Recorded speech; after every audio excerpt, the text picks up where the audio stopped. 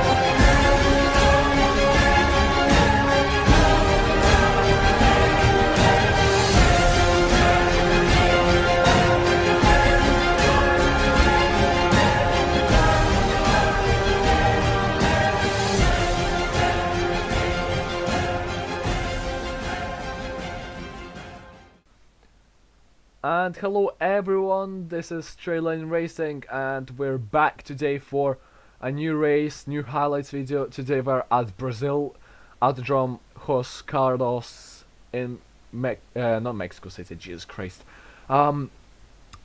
Really famous track, of course world champions like Ayrton Senna were some of the drivers who won the Brazilian Grand Prix. 2012 Brazilian Grand Prix was a remembrance race where Sebastian Vettel had a crash lap 1 and had to force his way back up the field, and he managed to claim the World Drivers' Championship of 2012 season by finishing 6th. Unfortunately, Fernando also missed out on the championship, as well as 2008. We remember Lewis Hamilton passing Timo Glock in the final corner to steal the world championship from the Brazilian in a Ferrari, to put towards Lewis Hamilton's first World Drivers' Championship in Formula 1 history for him, and to make his mark in the sport. But now, no further ado, let's go to straight line racing action from Brazil.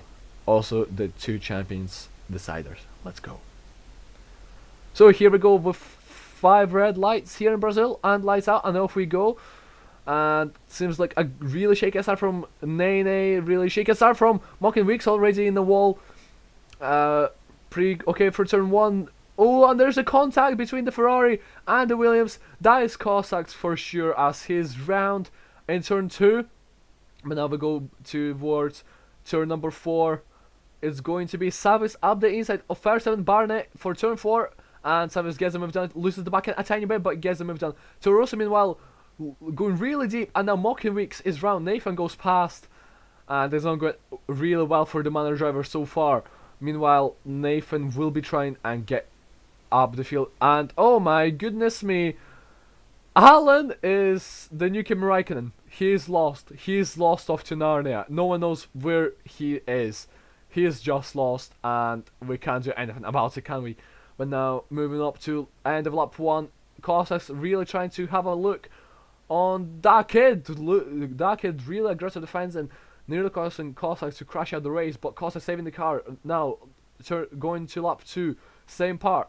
Kostask behind that kid, slipstream only, pulls off to the side and gets the move done fairly easily before even lap 3 has started. But now that kid will try and have a look with DRS for the comeback on the championship leader and the championship contender today, and nothing that kid can do. Really good run from Kostask through the Senna S's, and Kostask just pulls away. Meanwhile, we're on board with Nene.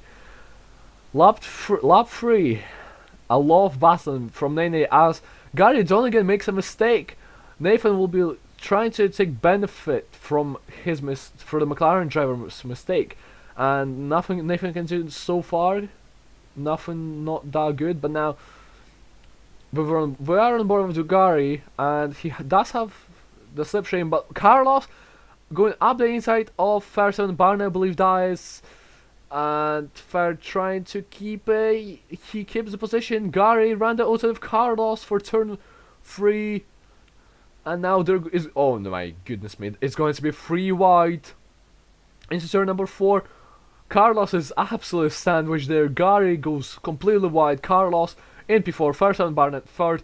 Carlos has a really poor run, and now Gary will be on the inside and gets the move done. Nathan once again at the back of them 3. Gary goes really wide, and Nathan once again can't get anything done. And we're looking at Race Director as safety car gets called out, so safety car is out on track, and will anyone pull into the pits? So Nathan is the first man to pull into the pits, so potentially trying a different strategy with trying to take the benefit of the safety car. Obviously starting on softs, the yellow wall tires, not going to get too much benefit if he stays out, so he goes into the pits for mediums. The white wall tires could benefit him in the future stages of the race. We just have to wait and see. Nathan meanwhile exiting the pits and will be rejoining inside the top 10. inside the top 10, he will rejoin. And yep, 7th place. But now we're on board with Kostask on Ninja Hazard. That's a lap earlier, I believe. No, that's same lap. And oh my goodness me, Kostask making an illegal maneuver on Ninja Hazard to regain a position and pull into the pits. But don't know what happened there, but we're back racing, and two Renaults and Gary Donegan get past Nathan before the Senna S's, and nothing Nene can defend himself with. But Nene, really good run on Gary Donegan towards turn 4, and gets him done. Gary, meanwhile, will try and defend on the inside line. Savage goes on the curbing, and now Gary will pull alongside. Savage goes really wide. Gary definitely taking the position with Nene once again behind the group. Nathan, nothing today. Absolutely nothing he can do. Always stays behind. But Mocking Weeks, we're on board with him on Nathan. So Nathan has to defend from Mocking Weeks in the manner. DRS flat open, slipstream into the Senna S's. Easy move from the manor driver. Nothing hard, and that is P4. But Nene tries to have a look. DRS flat open for the Mercedes. Mocking Weeks trying to defend. Enter turn number 4. Here they go. On the braking. Nathan is later on the braking. Goes a bit wide. Mocking Weeks has a better run. Nathan defends his line, and that looks like a solid position from Nene. Really good move. And now the two teammates on lap 32. Nathan against Ninja Hazard. The two Mercedes running hard tires, so it's really far into the race. Into turn number 4. Easy move from Nene. Easy move. But for the lead of the race, lap 34. Once again, DRS after that, Senna S's. And Kostask and Abraham going to keep it side by side. And Kostask take the lead of the Brazilian Grand Prix. And now on the final lap, he will go round the checker flag to win Australian Racing World Drivers' Championship. And it's going to be Renault winning the constructors with the second McLaren Williams. Sorry. Oh my goodness me! As I was saying that, Nene has a clusterfunk of a crash. That is spectacular. How the hell did he not break his car? He should have broken his car. I claim hacks on that, but nevertheless, he will cruise towards the line. Ninja Hazard will get past, and Nathan will run the race with Renault winning the Constructors Championship and Kostask the Drivers World Championship to round up the Brazil. Before we head over to the results, we've got an interview with your SLR champion, Season 1, Kostask1999. Yes. Hello Kostask. Hello. So, Australian Racing World Champion, with a round to go, you secured it with a comfortable win. How do you feel? Feel nice to have secured the championship in one race before the end. Race was a little bit all over the place. In the start, I crashed, I don't know, with one Ferrari. I was left in the back, and then I had to do a recovery job to win this race. I don't know what happened to other guys, but okay, it was a nice win. Yeah, you definitely challenged the grid this season. Do you see new faces coming towards the next season, and potentially someone else who can challenge you on the championship? New face. In the last 3 races, I have seen a lot of guys closing the gap to the front, like Gary and Savis or Fairbairn, who left. Yeah.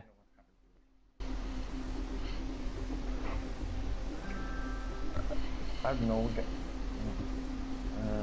And Frandy, he's quite quick, so we have to wait and see until the next challenge. Yeah. Once again, congratulations, and I think we can round it off here, guys, for today.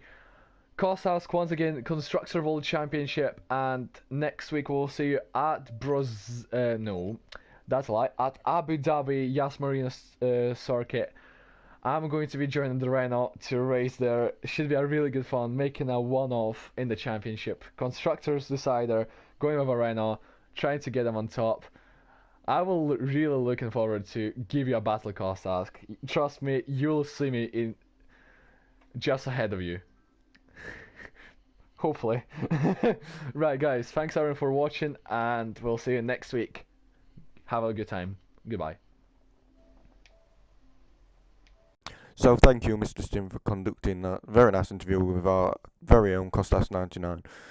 So after that, the Brazil Grand Prix, this is how the Drivers' Championship looks. Kostask1999, obviously, as we just said, has just won the championship. 60 points now, clear of Savis, 23, who tried his best but didn't quite get there in the end. With Ferrer Barnett unfortunately being banned from the league after his antics in the race. If you may have seen, I haven't watched the race edit, so I can't comment. Gary Donegan is in 4th place with 81 points, very close battle with Carlos for that 4th position in the championship. Nene found himself quite lucky to be in 6th, with Frandy breathing down his neck, 1.5 points back going into the final round of the season.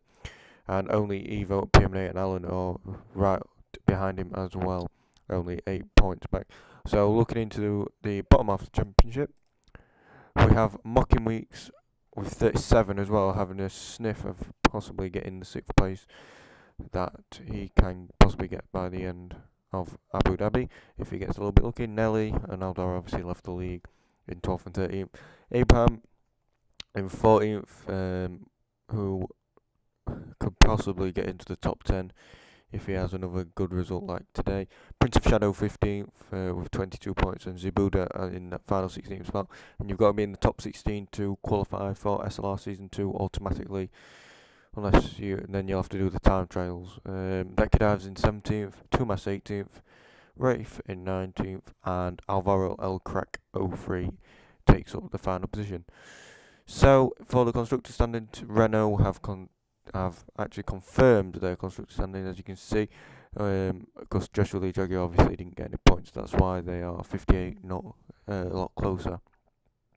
You needed Joshua Lee Jaguar to score a substantial amount of points, which didn't happen. McLaren are in 3rd with 121 points. They've pretty much got that wrapped up.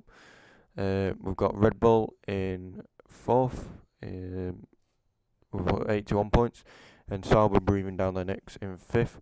Manners in 6th after recovery from where they was at the beginning of the season. 67 points is fairly decent for them. Haas are in 7th with 60.5. We have Mercedes slipping down to 8th with 56. Ferrari 9th with 53, and Toro Rosso in 10th with 53 as well. But Ferrari head on count back. So for the last race of the season, we'll be heading off to the day-night race of Abu Dhabi, where there's a lot at stake, especially at the bottom of the table, with the top 16 qualifying for next year's league season 2 on F1 2017, and also in the mid-pack for, obviously there's Nene in 6th, and downwards it's very, very close and could go either way. So come and tune in next week. The Abu Dhabi video should be out in the next week or so, if Mr. Stim gets his act together. And yeah, until next time, it's Nene057, and we're out.